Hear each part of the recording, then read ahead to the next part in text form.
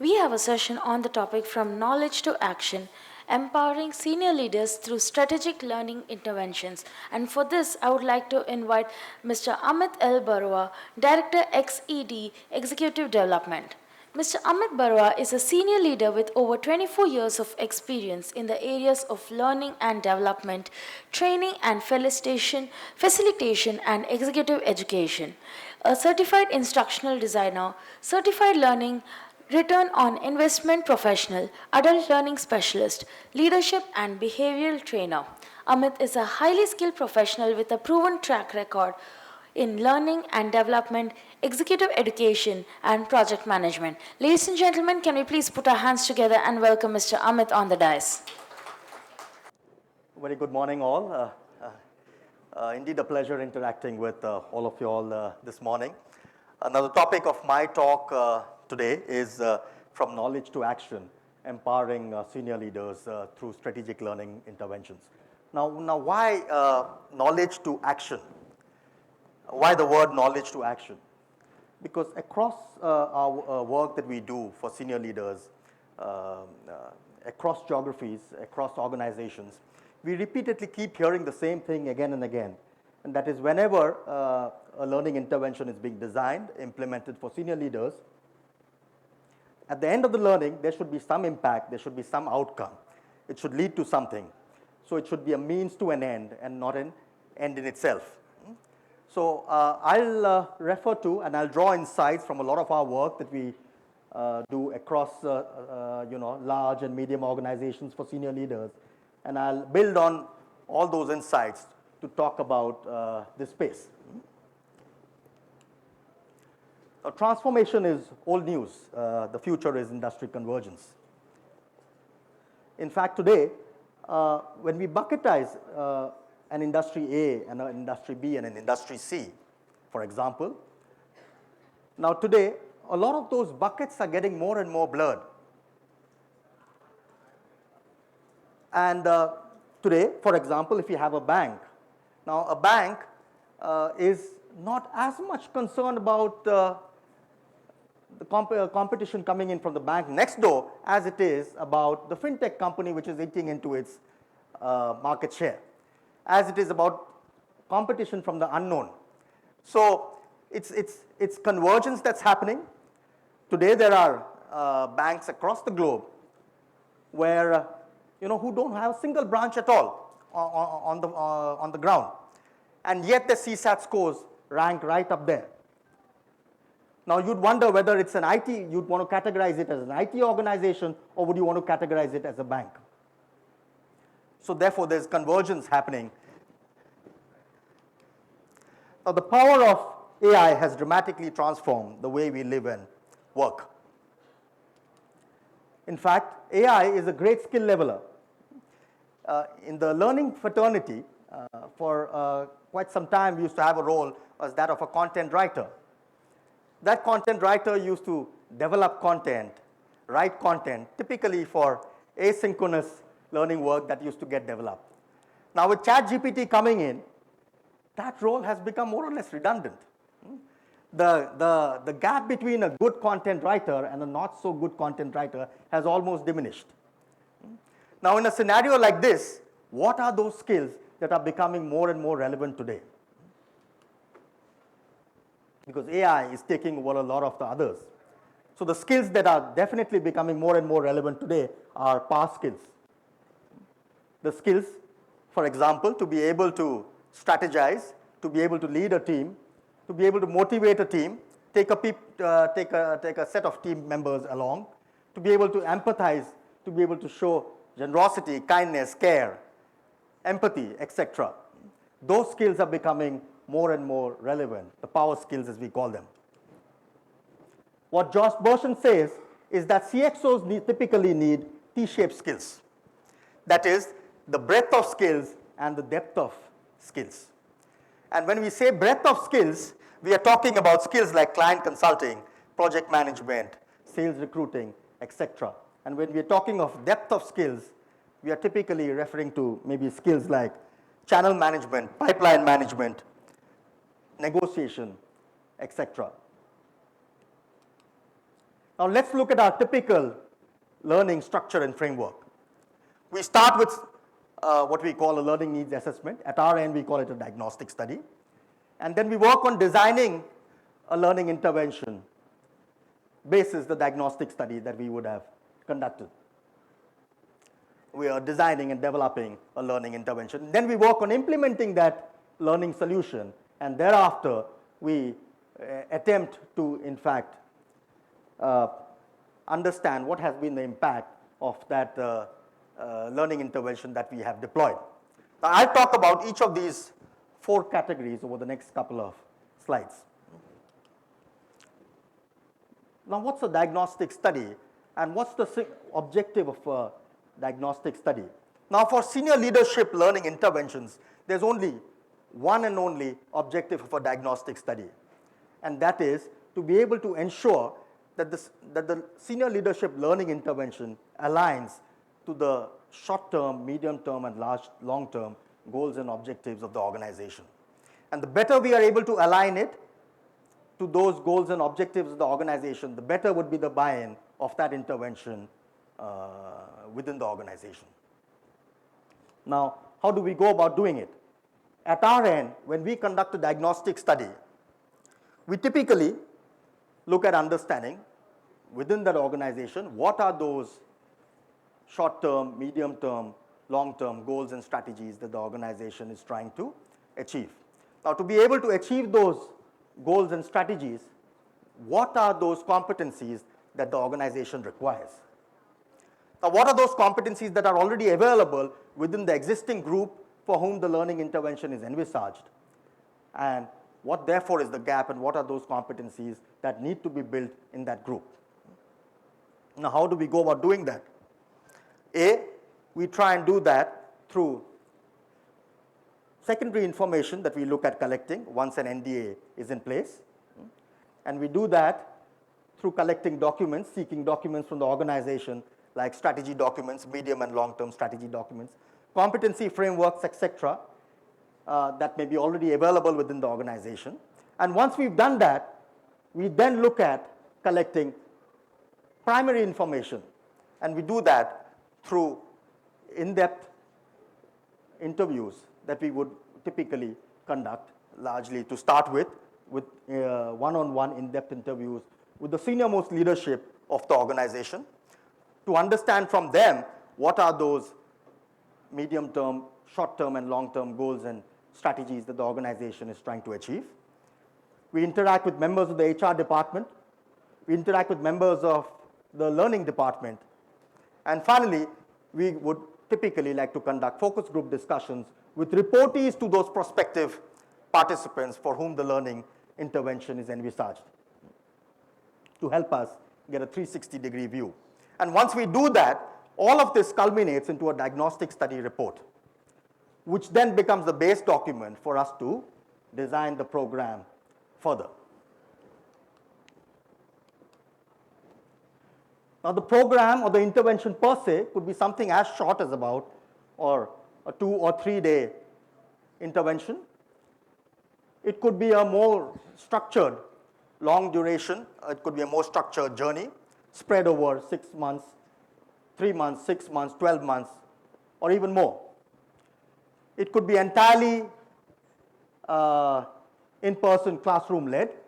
It could be a blended format with a mix of in-person classrooms plus synchronous live virtual sessions plus maybe asynchronous content and asynchronous learning built in.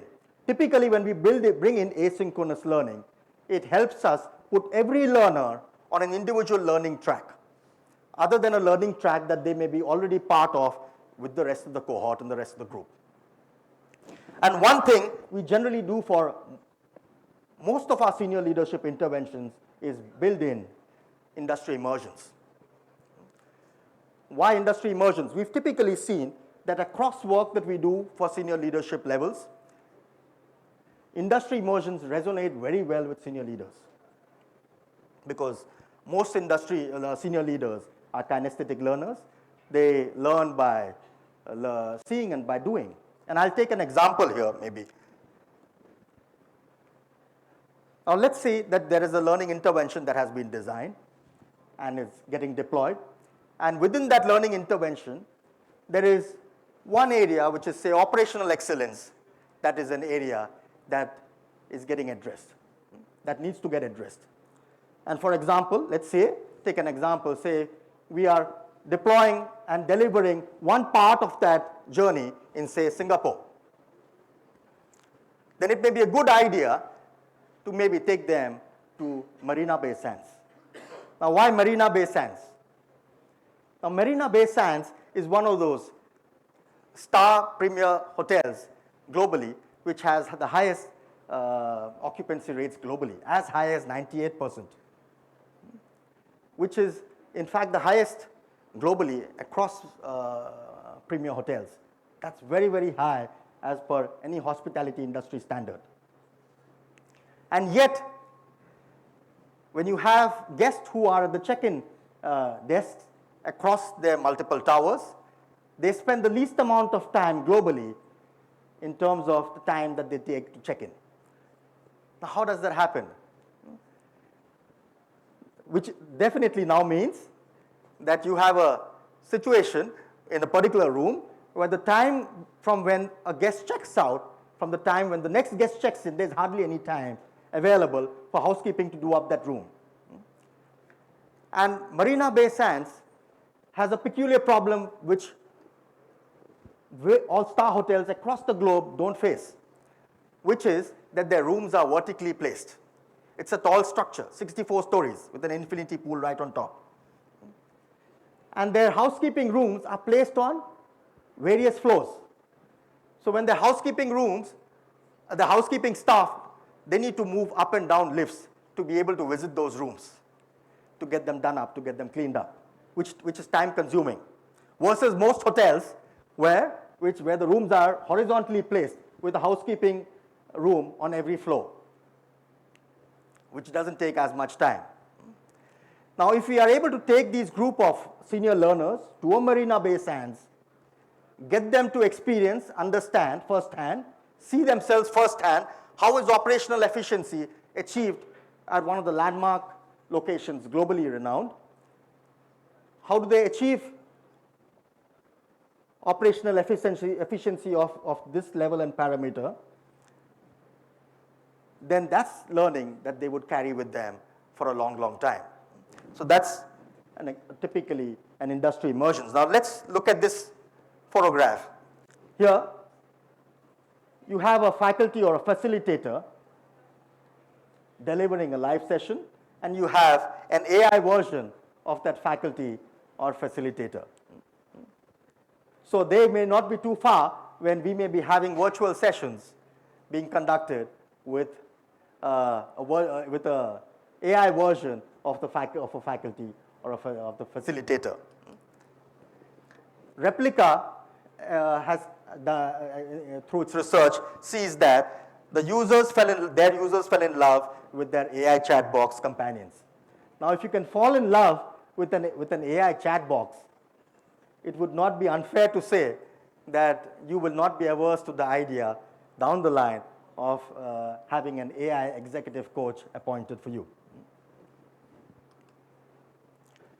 Now, with a powerful and a strong design and a strong thought process behind that design, if we are able to offer to these senior leaders an Ivy League certificate from an Ivy League university, that becomes a cherry on the cake. At our end, we bring in Ivy League universities through our exclusive partnerships to India and this part of the globe, from the US, from Europe, and near home from Singapore. From the US, we bring in Howard University, among the older Ivy Leagues. We bring in Cornell University. We bring in Brown University, which is known globally for their innovation practices. And among the newer Ivy Leagues, we bring in, through our exclusive partnerships, Michigan Ross, we bring in Carnegie Mellon, and we bring in the University of Virginia, Darden Business School. From Europe, we, through exclusive partnerships, again bring in Oxford University to India. We are running multiple interventions through Oxford University for senior leaders in India. And nearer home, we bring in INSEAD Business School, Singapore Management University, and the National University of Singapore. Now, Ivy League universities bring in Ivy League faculty, and therefore, they bring in very powerful, well-researched content into the classroom environment. Now, senior leaders typically also love to utilize these learning interventions not only for learning, but also as networking opportunities. So we build alumni communities for them to be able to engage and continue interacting for many more years after the intervention has been deployed. And through our global offices, we could, for example, deliver one leg of the program at Bangalore or a Mumbai, another leg at Singapore, or Dubai, or London, or New York, built in with an industry immersion at any of those locations. Now, typically, senior leaders aspire to look for experiences like this when you have an industry immersion at the New York and they're being taken to some of those, if it's, for example, a tech company, and I'll be happy to share more examples during the course of the day if we interact more. With the tech organization, we bring them from, take them for an industry immersion to Silicon Valley, for example. Lastly, I spoke about impact assessment. So yes, at our end, we tracked impact assessment at all 4 levels of the Kirkpatrick model. At level 1, we track it through happy sheets or feedback forms. At level 2, we do it through post-program assessments and quizzes. At level 3, we do it by running peer coaching and one-on-one executive coaching. There could be a prelude to that with assessments that could run from a Hogan to a 360-degree, etc., that may happen at the start of the intervention. And during the course of the entire 10-month, 12-month, or even more, the longer journey, there could be executive coaches deployed to each one of them, basis the results out of the 360-degree, the Hogan assessment, the FIRO-B, or any other assessment that we may deploy right at the start. And lastly, which is measuring impact assessment or business impact, we track it through action learning projects and Shark Tank projects that we run. In fact, we've had instances and multiple situations where with Shark Tank projects is when you are working on projects in those groups in a controlled environment. You have a mentor from within the organization who's responsible for removing bottlenecks and for you within the organization when you are working on those projects. And you have a faculty lead who's helping you with the projects throughout during the course of that entire 1-year journey. And as a Shark Tank project, what is your role? Your role is to, get an idea, prototype that idea as a new business revenue model, and get funding from the promoters of the organization. So we've had instances and situations in large conglomerates. There's very recently a Calcutta-based financial services group where 3 of these projects got hived out as separate SBUs with separate funding received from the sponsors of the intervention. Now, for the chairman of the organization, for the amount of money that he spends for those senior leaders, 30 people, and if he's able to see 2 SBUs coming out at the end with clear-cut revenue models that he's seeing from them, duly prototyped, now that's a lot of value for the amount of money that he has spent, and that's how we show value in learning interventions that we conduct. That's all from my side. Thank you so much. Look forward to interacting more during the course of the day. We have a booth over here. Thank you so much. Thank you.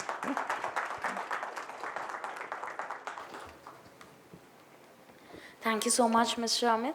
I would like to invite Mr. Jubin Kapasi to do the honors by felicitating.